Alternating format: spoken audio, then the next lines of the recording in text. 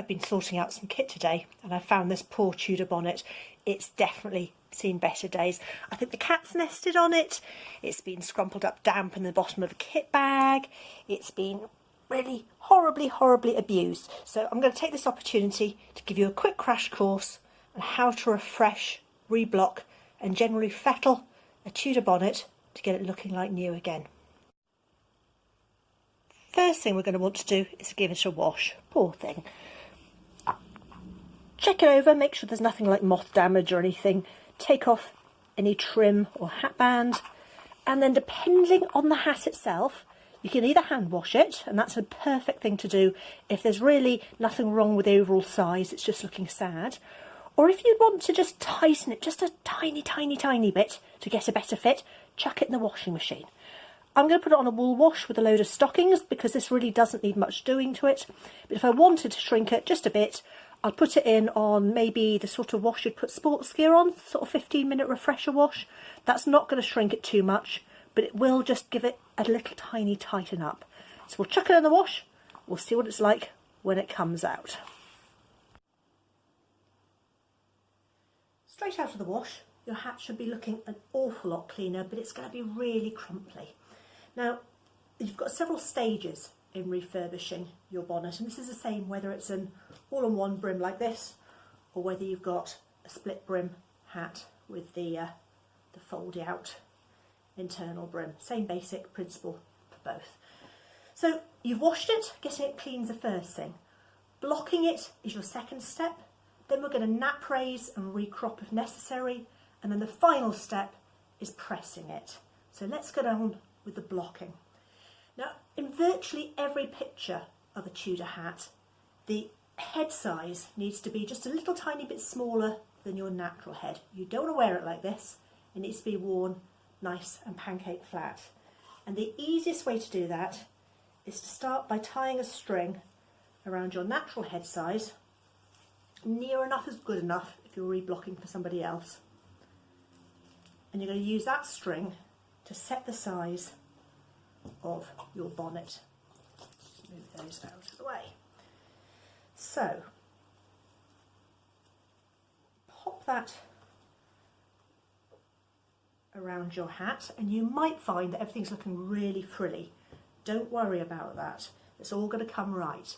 First thing to do is stretch that hat to shape on the inside. That string is stopping the head size expanding. And don't be afraid to really pull your hat to get everything working just right. In this particular hat, the crown is a fraction smaller than the brim, but if yours is meant to be the other way around or equal sizes, just pay attention to that. Pull everything into shape while it's still damp. Now, it can be useful to get an iron onto it at this stage.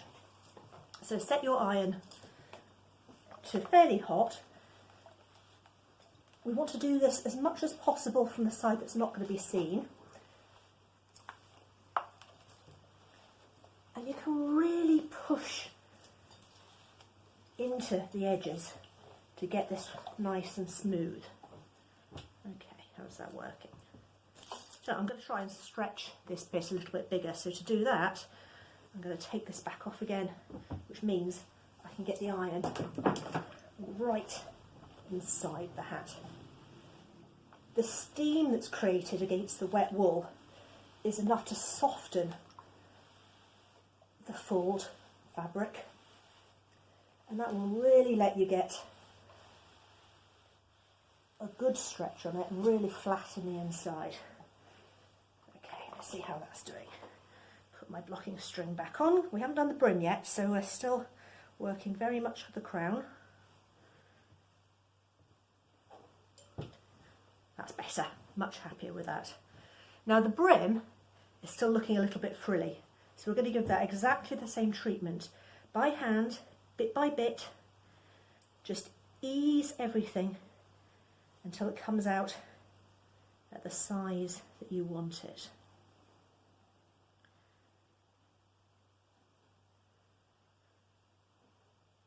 Don't be afraid to apply quite a bit of pressure. The hat really won't mind.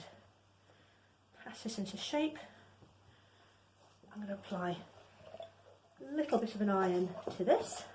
I've just flung everything on the floor, we won't worry about that. Again, that blocking string is holding everything into place. Flip it over, give it a good squash.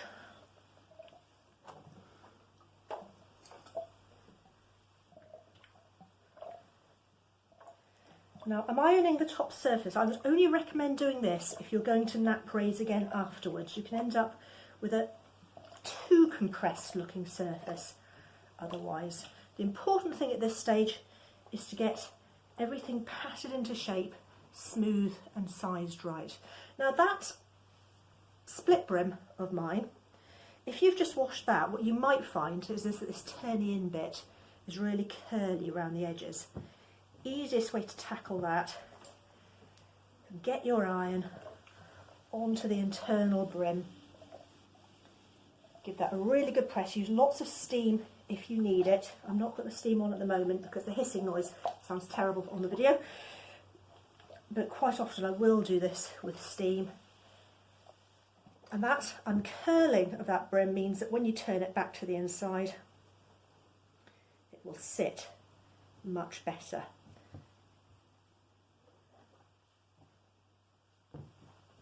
Pop your hat to dry out for a bit. I'll come back to this in 10 minutes, maybe even a little bit later. It doesn't have to be totally dry. I just want it not to be damp and warm. So it's half an hour later and the hat's not dry yet, but it's certainly a bit drier than it was. The next thing to do is nap raise. No matter how well your hat was made to start with, washing and reblocking tends to compress the surface, particularly anywhere that you pressed it with an iron. Now the best thing to do this with is a fuller's teasel. Now, if I can bring this up so you can see it closely, this is quite different from the common wild teasel. Can you see the hooked barbs and how strong they are? They don't squish when you press them. They can be really, really long as well. Now these are perfect, but if you can't get hold of these, and you do tend to have to grow them if you want them these days, the next best thing is the sort of brush you'd use to brush up suede, and these can be really robust or they can be nice and gentle. You're going to have to experiment. If you're using a suede brush, you are going to need to be more gentle than if you're using a teasel. Now what we're aiming to do is to lift a nice velvety pile on the surface of our work. The trick with using a teasel is to work in quite small lifting motions. So it doesn't matter whether you're more comfortable with your hands inside the hat. I'm often more comfortable with my hands on top of it, but you're lifting the nap. You're trying to make a nice deep velvety pile. Now you might find that your teasel sheds seeds occasionally doing this. This one's certainly doing it. Don't worry about that.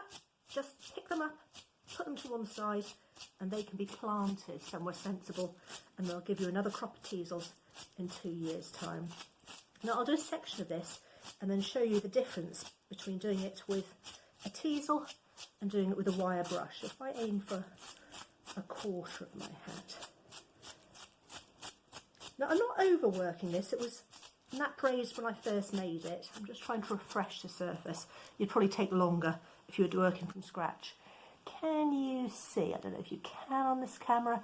We're getting a really nice velvety pile, and with effort you really can get something that's smooth and glossy. Nice thing about teasels is they don't stretch and break the fibres of the wool, so you really can get a smooth silky pile.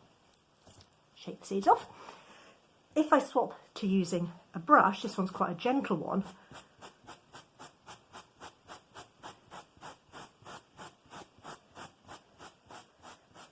this one's much more like this one's nylon, I think, so it's more like hair brushing the hat. That's aligning the surface fibres really, really nicely. What it's not doing is lifting them from the slightly deeper sections of the fulled surface. And I can feel the difference. I can still feel the knitting under the brushed one, whereas under the teaseled section, it really has got a plushy feel. And I'll do one more quadrant, more seeds, with the really aggressive brush. Now this is quick. And really, if you are just trying to refresh a hat and this is all you've got, it's not going to be the end of the world.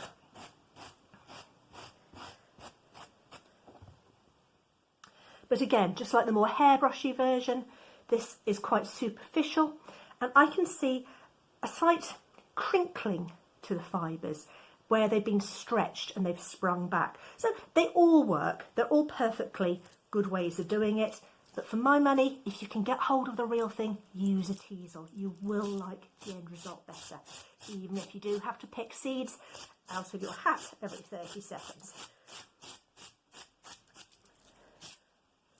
Just get back over the whole thing. Now you want to work over the entire hat before going on to the next stage, but I'll just carry on to show you what's happening. Now, because you've raised a velvety edge, you are going to get a lot of fluffiness round the edges, and this is where cropping comes into it. Now, you need a really big, sharp pair of shears for this. If you're feeling nervous, start with the edges. You definitely don't want to be close enough to cut the actual fabric of the hat, but you do want to just crop off all those fluffy, sticky out bits. Now, like I said, if this is a refresh of a hat rather than its first trip, you won't need to do too much. That should have been done during manufacture.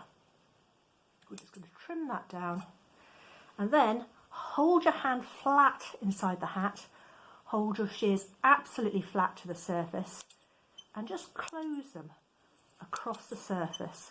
This is going to take off any high points, any real sticky out bits on your nap.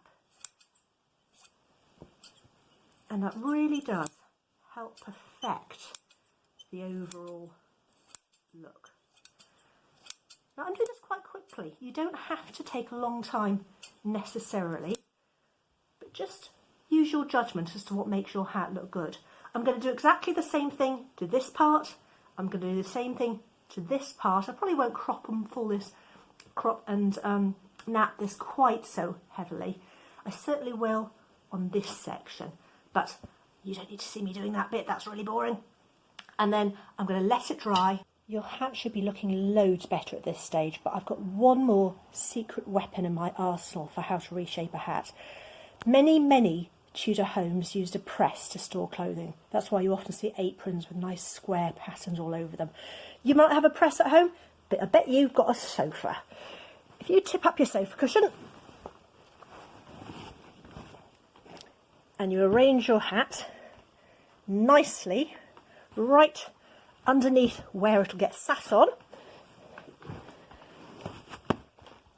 put your sofa cushion back on, sit on it for a couple of days. In fact, sit on it in between events. This is the best thing you can possibly do for your hat, trust me. And that is a lot better, isn't it? Got a nice nap to the surface. The frilly ends have gone. Oh, that's my shadow, that's not very helpful.